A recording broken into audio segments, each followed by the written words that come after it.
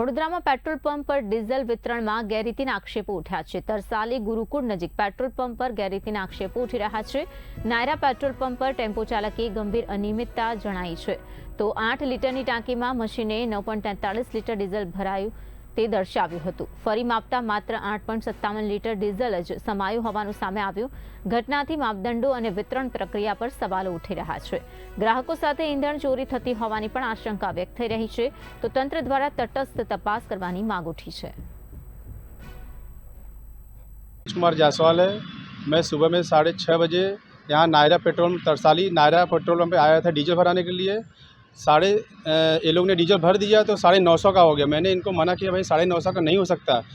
वो लोग बोले कि 950 का हुआ है तो पैसा आपको पे करना ही पड़ेगा पूरा। तो मैं बोला मुझे डाउट सा है, तो वो लोग बोले कि कोई 5 लीटर का वो लोग टंकी लेके आए अपना सेट करके भरे तो उनका 5 लीटर सही हो गया। तो मुझे डाउट सा हो कि 950 रुपये का डीजल इसमें नहीं जाएगा।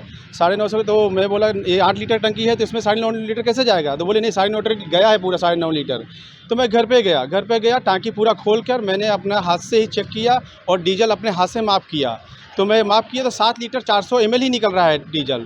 तो मुझे डाउट सा फील हुआ कि नहीं कहीं ना कहीं गड़बड़ हुआ है। तो यहाँ पे वापस इनके मालिक पास फ़ोन किया तो बोलते हैं तुमको जो करना आप अपने करो, मुझे कुछ सुनना नहीं है।